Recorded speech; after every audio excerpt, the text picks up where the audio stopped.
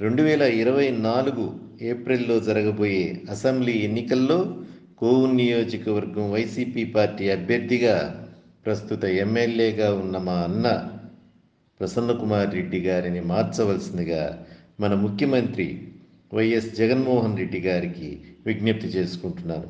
ఎందుకంటే కొన్ని సంవత్సరాలుగా కోవూరు నియోజకవర్గంలోని వైఎస్ఆర్సీపీ పార్టీ నాయకుల పట్ల, కార్యకర్తల పట్ల ప్రసన్నన్న వ్యవహార శైలిలో చాలా మార్పులు కనిపిస్తున్నాయని నా అభిప్రాయం. 2019 ఎన్నికల్లో వైఎస్ఆర్సీపీ పార్టీని తమ భుజస్కంధాలపై మోసిన స్థానిక నాయకులను, కార్యకర్తలను ప్రసన్నన్న దూరం అనేది జగద్విదితం. దీంట్లో సందేహమే లేదు. వైఎస్ఆర్సీపీ పార్టీ అధికారంలోకి వచ్చిందనే సంతోషమే కానీ గత 5 సంవత్సరాలుగా వారికి ఎలాంటి ప్రాధాన్యం, గుర్తింపు లేకుండా పోయాయని చెప్పి నేను మీకు తెలియజేసుకుంటున్నాను.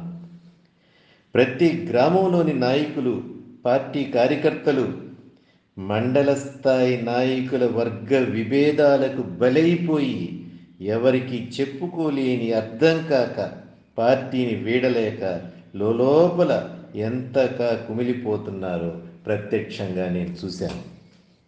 ఈనాడు కోవూరు నియోజకవర్గంలోని గ్రామస్థాయి నాయకులు, పార్టీ కార్యకర్తలు తమ సమస్యలను ప్రసన్న దృష్టికి తీసుకునేది వెళదామనుకుంటే శిఖండిలా ఈ మండల స్థాయి నాయకులు వారికి అడ్డు తగులుతున్నారు.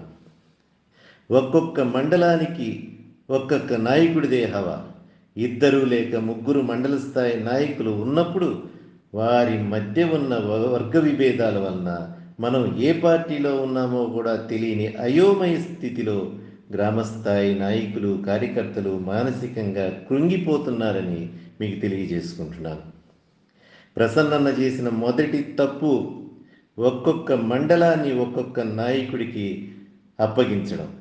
ఆ మండలం మొత్తం ఆ నాయకుడిదే హవా. ఎవ్వరు కూడా ఆ నాయకుడిని కాదని ప్రసన్నన్న దగ్గరికి నేరుగా వెళ్ళే పరిస్థితులు నేడు లేవు. ఆ నాయకుడు చెప్పిందే వేదం, ఆ నాయకుడు చెప్పిందే శాసనం. ఆ మండలానికి సంబంధించిన ప్రజలందరికీ కూడా మన ప్రసన్నన్న ఎమ్మెల్యే అని మర్చిపోయి ఆ నాయకుడే మన ఎమ్మెల్యే అనే భావన ప్రజల్లోనూ, కార్యకర్తల్లోనూ, గ్రామస్థాయి నాయకుల్లోనూ వచ్చేసిందని నేను మీకు బాధతో తెలియజేసుకుంటున్నాను. ఎంతోమంది తమ సమస్యలను స్వయంగా చెప్పుకుందామని ప్రసన్నన్న ఇంటికి వెళితే మళ్ళీ కలుద్దాం, రేపు కలుద్దాం అనే మర్యాదపూర్వకంగా వారిని ఇంటి లోపలికి కూడా పిలవకుండా అటెండర్స్ చేత చెప్పి పంపించడంతో అవమాన భారంతో వారు వెనుతిరగడం తప్ప వాళ్ళు చేసేదేమీ లేకుండా పోతుందని నా అభిప్రాయం. ఇక నియోజకవర్గంలో ఆ 4-5 నాయకులే కాకుండా రాజకీయాలకు సంబంధం లేని మరొక కనిపించని శక్తి వెంకటరమణయ్య అలియాస్ వెంకటరమణారెడ్డి. ఈ వెంకటరమణయ్య అనే వ్యక్తి బుచ్చి మండలంలోకి ప్రవేశించి బుచ్చి మండల నాయకుల మధ్య విభేదాలు సృష్టించి రాజకీయాలు నేర్పించే బుచ్చి మండలంలో వైఎస్ఆర్సీపీ పార్టీని భ్రష్టు పట్టించిన చరిత్ర వెంకటరమణయ్యదేనని చెప్పి నేను మీకు తెలియజేసుకుంటున్నాను. ఆఖరాకి ప్రసన్నన్న జిల్లా అధికారులకు కూడా ఈ వెంకటరమణయ్యని మా తమ్ముడు అనే పరిచయం చేసే స్థాయికి పెంచేశాడంటే ఇంకా మనం అర్థం చేసుకోవచ్చు. అసలు ఈ వెంకటరమణయ్య అనే వ్యక్తి తెలుగుదేశం పార్టీ కోవర్ట్ అని నా అనుమానం. వెంకటరమణయ్యే కాదు, ప్రతి గ్రామంలోనూ, ప్రతి మండలంలోనూ తెలుగుదేశం కోవర్టులు ప్రసన్నన్న చుట్టూ చేరిపోయారనేది జగమెరిగిన సత్యం. దీనికంతటికీ కారణం నేను మళ్ళీ గెలుస్తాను అనే అహం ప్రసన్నన్న నరాన జీర్ణించుకుపోయింది.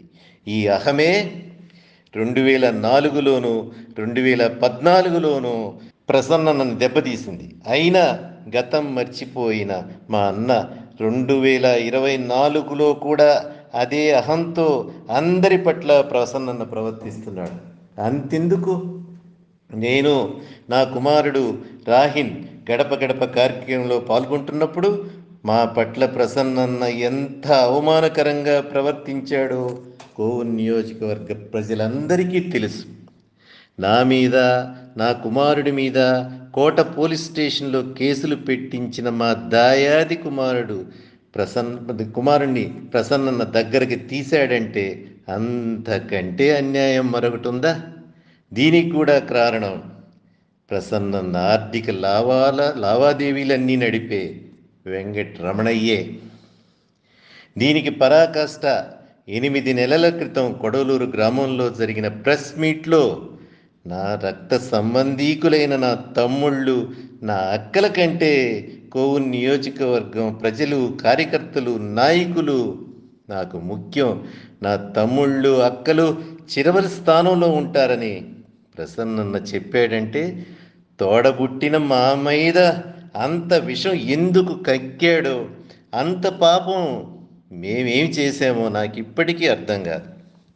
ఆ సందర్భంగా నా బాధను రాజుపాళెం చలపతి గారితో ఫోన్లో పంచుకున్న వాయిస్ రికార్డు ఒకటి నా దగ్గర ఉంది. అది కూడా ఈ గ్రూప్లో పెడుతున్నాను. దయచేసి అందరూ శ్రద్ధగా వినండి. ఇక చివరిగా మొదట నేను చెప్పినట్లు 90% నాయకులు, కార్యకర్తలు పైకి తిరుగుతున్నారే కానీ ప్రసన్న పట్ల ఎవరూ సంతోషంగా లేరు. 30 ఏళ్ళుగా చూస్తున్న ముఖం కావడంతో ప్రజలు కూడా ఎప్పుడు ఇదేనైనా మార్చి చూద్దాం అనే అభిప్రాయానికి వచ్చేశారని చెప్పి నాకు అనిపిస్తుంది. ఇలా ఎన్నో రకాలుగా కోవూరు నియోజకవర్గంలో వైఎస్ఆర్సీపీ పార్టీలో పరిస్థితులు గందరగోళంగా మారిపోయాయి. ఈ విషయాలన్నీ గడప గడప కార్యక్రమంలో నేను ప్రసన్నతో పర్యటిస్తున్నప్పుడు ప్రసన్నన్నకి చెప్పుకోలేని ప్రజలు, కార్యకర్తలు, నాయకులు తమ బాధలు నాతో పంచుకోవడం జరిగింది. నేను కోవూరు నియోజకవర్గంలో పరిశీలించిన దాన్ని బట్టి 2014లో లాగే ప్రసన్నన్నకి 2024లో కూడా వ్యతిరేక గాలి వీస్తుంది. కాబట్టి మన ప్రీతమ నాయకులు, మన ముఖ్యమంత్రి జగన్మోహన్ రెడ్డి గారు కోవూరు పట్ల ప్రత్యేక శ్రద్ధ తీసుకొని లోతుగా పరిశీలించి రాబోయే అసెంబ్లీ ఎన్నికల్లో కోవూరు అభ్యర్థిగా ప్రసన్నన్నని మార్చవలసిందిగా నేను విన్నవించుకుంటున్నాను. అంతేకాదు, ప్రసన్నన్న స్థానంలో కోవూరు అభ్యర్థిగా సౌమ్యుడు, మితభాషి, మంచి వ్యక్తిత్వంతో పాటు అందరినీ కలుపుకుపోయే గుణం కలిగి చిన్నతనం నుండి మా కళ్ళ ముందు పెరిగిన బిడ్డ ప్రసన్నన్న కుమారుడు రజత్ కుమార్ని ప్రసన్నన్న స్థానంలో కోవూరు అభ్యర్థిగా నిలబెట్టవలసిందిగా మన ముఖ్యమంత్రి జగన్మోహన్ రెడ్డి గారిని చేతులెత్తి వేడుకుంటూ బాధాతప్త హృదయంతో మీ అందరి దగ్గర సెలవు తీసుకుంటున్నాను. ఒక్కసారి మన రాజుపాళెం చలపతి గారితో నేను మాట్లాడిన ఆ ఆడియో రికార్డును శ్రద్ధగా వినవలసిందిగా కోవూరు ప్రజలను కోరుకుంటూ మీ అందరి దగ్గర సెలవు తీసుకుంటున్నాను.